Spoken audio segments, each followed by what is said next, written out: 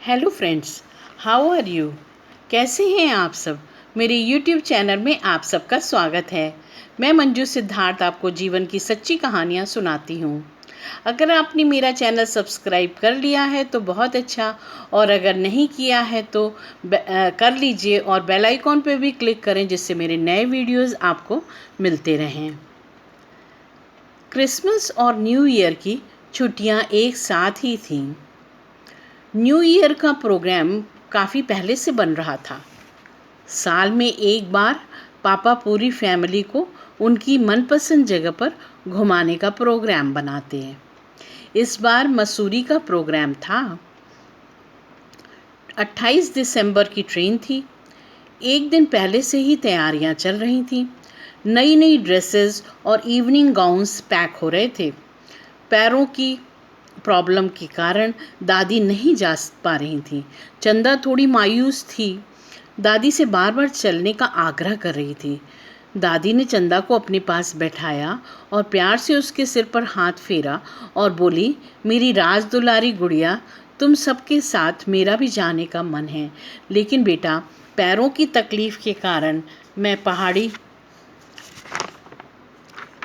इलाके में नहीं चल पाऊंगी। पैरों में दर्द और सूजन बढ़ जाएगा। तुम सब जाओ और एंजॉय करो। चंदा ने पूछा, फिर आप अकेले कैसे रहोगे दादी। दादी ने बताया, कल बुआ आई थी ना, वह बुला कर गई हैं अपने साथ रहने के लिए। चंदा थोड़ा खुश होकर बोली, फिर ठीक है दादी, आपका मन चुन्नू मुन्नू के साथ लग जाएगा। पर रुआसी होकर बोली, मुझे आपकी बहुत याद आएगी। दादी ने हंसते हुए उसके पेट में गुदगुदी की और बोली, एक हफ्ता तो मालूम ही नहीं पड़ेगा। चंदा भी खिलखिलाकर हंस पड़ी। आज मौसम काफ़ी ठंडा था। सुबह के 7 बज रहे थे। दादी ने कहा, ज़रूर मसूरी में बर्फ़ पड़ी होगी, तभी इतनी सर्दी हो रही है। स्नोफॉल का सुनकर बच्चे बहुत खुश हुए। माँ किचन में नाश्ता बना रही थी और पैक्ड लंच बनाने में व्यस्त थी। तीनों बहनें पैकिंग में लगी थीं। पापा भी उनकी हेल्प कर रहे थे। 9:30 मॉर्निंग में ट्रेन का डिपार्चर था। 9 बजते बजते सब स्टेशन पर पहुंच गए। चंदा अपना पिंक कलर का बारबी वाला सूटकेस, जिसमें व्हील्स लगे थे, कैरी कर रही थी। सभी बहुत खुश और एक्साइटेड थे। ट्रेन के सिटिंग कार वाले कंपार्टमेंट में सीट्स रिजर्व थी। 1:30 तक देहरादून पहुंच जाना था। दोपहर तक ट्रेन ने देहरादून पहुंचा दिया। देहरादून में भी अच्छी खासी सर्दी थी। यहाँ से मसूरी टैक्सी द्वारा जाना था। सामान डिक्की में रखकर सब टैक्सी में व्यवस्थित हो गए। देहरादून से मसूरी तक का रास्ता काफ़ी घुमावदार है। माँ को इससे वॉमिटिंग होती है। शुरू होने के पहले ही माँ ने मेडिसिन खा ली। रास्ता बहुत आराम से कट गया। जैसे जैसे ऊपर जाते जा रहे थे, सर्दी बढ़ती जा रही थी, परंतु अभी तक स्नोफॉल नहीं हुआ था। मसूरी पहुँचते पहुँचते शाम हो गई। विंटर्स में अंधेरा जल्दी हो जाता है। लग रहा था रात घेर आई है, जबकि सिर्फ शाम के 6 बजे थे। माल रोड के शुरू में ही एक खूबसूरत साफ सुथरे होटल में 2 रूम बुक थे। होटल के रूम में पहुंचकर सब हाथ मुंह धोकर फ्रेश हो गए। फिर डाइनिंग हॉल में टी एंड स्नैक्स के लिए पहुंचे। होटल अच्छा बड़ा शानदार था। चाय नाश्ता करके सब घूमने निकल पड़े। सर्दी काफ़ी थी। स्वेटर के ऊपर सबने जैकेट पहन रखी थी। माल रोड की रौनक देखते ही बनती थी। रोड के दोनों साइड चमचमाती दुकानें, टूरिस्ट की भीड़। कहीं ग्रुप के ग्रुप चाट खा रहे हैं, कहीं मोमोज, कहीं चुरमुरा, तो कहीं घूमते टहलते पॉपकॉर्न या आइसक्रीम। इतनी सर्दी में लोगों को आइसक्रीम खाते देख चंदा माँ से बोली, माँ इनको सर्दी नहीं लग रही है क्या? मैं तो पॉपकॉर्न खाऊंगी। पापा ने पॉपकॉर्न के 4 कोन ले लिए। सब खाते एंजॉय करते आगे बढ़ने लगे।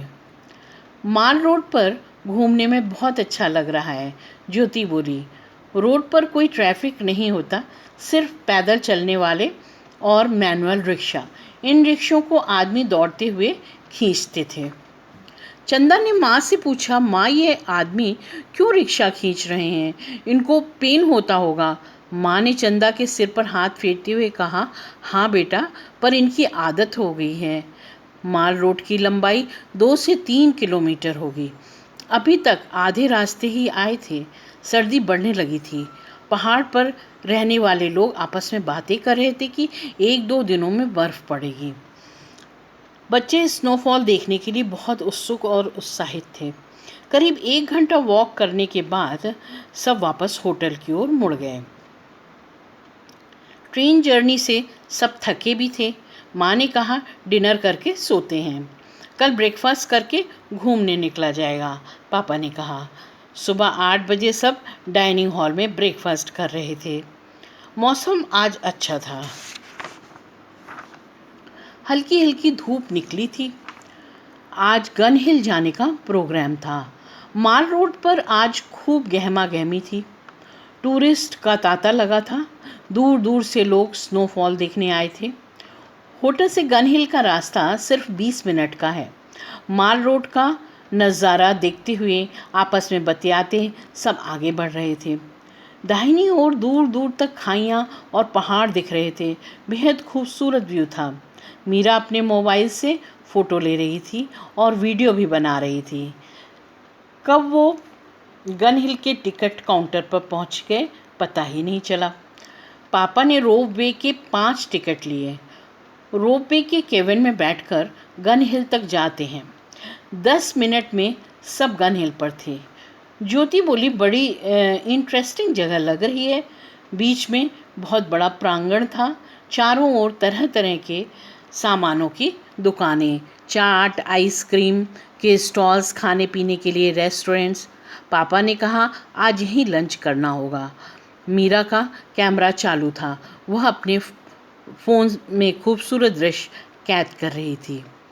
ज्योति बोली, पापा पहले पानी पूरी खाते हैं। चंदा उछल पड़ी, बोली, हाँ हाँ दीदी, मुझे बहुत ज़ोर से भूख भी लग रही है। सब हंसने लगे। ज्योति बोली, चंदा, लगता है तेरा नाश्ता बहुत जल्दी डाइजेस्ट हो गया। सब ने एक एक प्लेट पानी पूरी खाई। माँ बोली, ज़्यादा नहीं खाना, लंच भी करना है। गन हिल की रौनक देखते ही बनती थी। भीड़ भी अच्छी खासी थी। कुछ स्टॉल सिर्फ काठ के सामानों के थे, मतलब लकड़ी से बनाए हुए डेकोरेशन पीसेस। उन स्टॉल पर सब रुक गए। कुछ पेन स्टैंड, कैंडल स्टैंड और कुछ डेकोरेशन पीसेस पसंद आए। चंदा को काठ का एक खूबसूरत मोर बहुत पसंद आया, जिसके पंखों को अद्भुत रंगों से सजाया गया था। उसने वो ले लिया। पापा ने अपनी स्टडी टेबल के लिए एक पेन स्टैंड और ध्यान में बैठे बुद्धा की मूर्ति ली। माँ को मसाला रखने का काठ का एक बॉक्स बहुत पसंद आया। ज्योति और मीरा ने भी अपनी अपनी पसंद की चीज़ें लीं। अब सब आगे बढ़े। आगे के कुछ स्टॉल्स कपड़ों के थे। एक चक्कर पूरे गन हिल का लगा लिया। एक फ़ोटोग्राफ़र की शॉप पर जाकर सब रुक गए। वहाँ तरह तरह की पहाड़ी ड्रेसेस थी, बहुत ही कलरफुल, जिनको पहनकर फ़ोटो खिंचा सकते थे।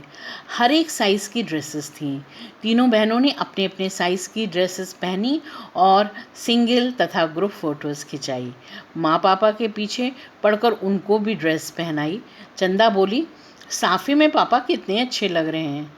लहंगे में माँ भी बहुत खूबसूरत लग रही थी। कपल फ़ोटो और फैमिली ग्रुप फ़ोटो क्लिक हुई। लंच का समय हो रहा था। सब रेस्टोरेंट में पहुंच गए। सब ने अपनी अपनी पसंद की डिशेस ली। चंदा ने अपनी पसंद का सादा डोसा और नारियल की चटनी ली। लंच के बाद सब रोपवे की ओर बढ़ गए। ट्रॉली में बैठकर चंदा बोली, माँ, बहुत मज़ा आया। हम हर छुट्टी पर यहाँ क्यों नहीं आ सकते? माँ मुस्कुरा रही थी। उन्होंने प्यार से चंदा को अपनी गोद में बैठा लिया और उसके माथे को चूम लिया। मीरा और ज्योति वीडियो बनाने में मगन थीं। ट्रॉली से नीचे का व्यू बहुत आकर्षक लग रहा था। आज बस इतना ही दोस्तों। फिर मिलते हैं नेक्स्ट वीक। तब तक के लिए बाय, टेक केयर।